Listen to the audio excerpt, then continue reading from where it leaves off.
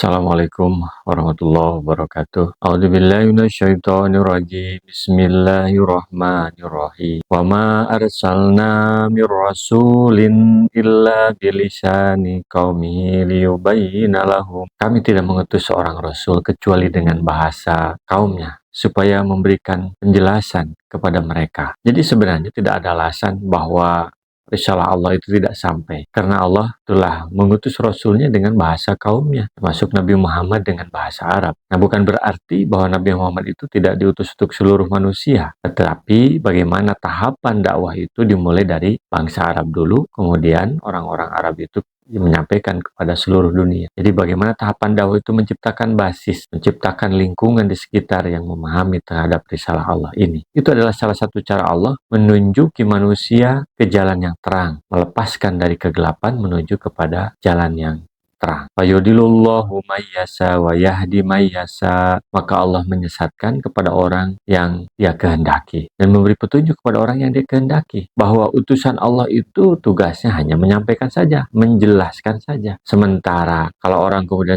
sudah dijelaskan tetap tersesat, itu urusan dia. Seorang petugas dakwah itu hanya menyampaikan, soal hasilnya Allah yang menentukan.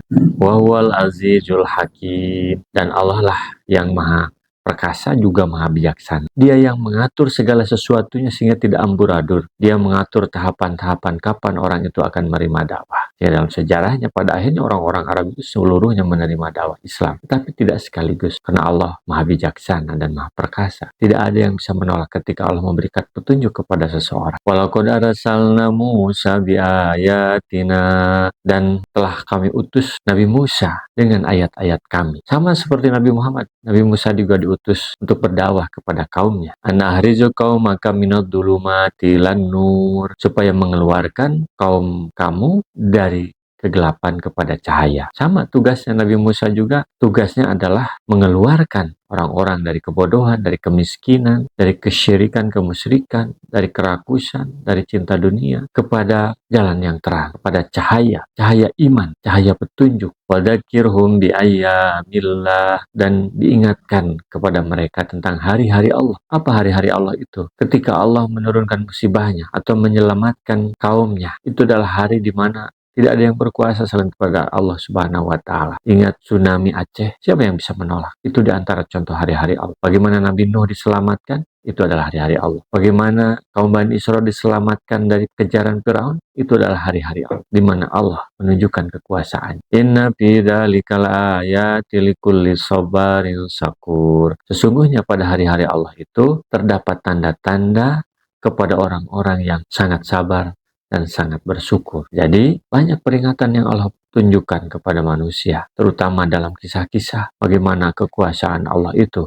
Di situ terdapat tanda-tanda kekuasaan Allah untuk orang yang bersabar, bahwa setiap musibah itu pasti ada hikmahnya. Dan untuk orang yang bersyukur ketika dia diberi nikmat, berterima kasih kepada Allah Subhanahu wa Ta'ala, bahwa kalau kita mengalami kesusahan, lihatlah ke bawah, ada orang yang lebih susah daripada kita. Itulah yang membuat kita bersyukur, berterima kasih kepada Allah Subhanahu wa Ta'ala. Bagaimana umat-umat Nabi Nuh itu langsung disiksa, dihabiskan, sementara umat Nabi Muhammad diberi waktu, kita masih beri waktu untuk bertobat. Sehingga seharusnya ketika musibah datang kita harus bersabar, dan ketika mendapat kesenangan kita harus bersyukur, karena dari kisah-kisah itu banyak pelajaran yang bisa kita dapatkan. Shadaqallahul adzim. Assalamualaikum warahmatullahi wabarakatuh. Rasulullah SAW bersabda, baligu anni walau ayatan, sampaikan dariku meskipun satu ayat. Mari kita sebarkan jalan kebahagiaan dengan like, share, dan subscribe channel ini.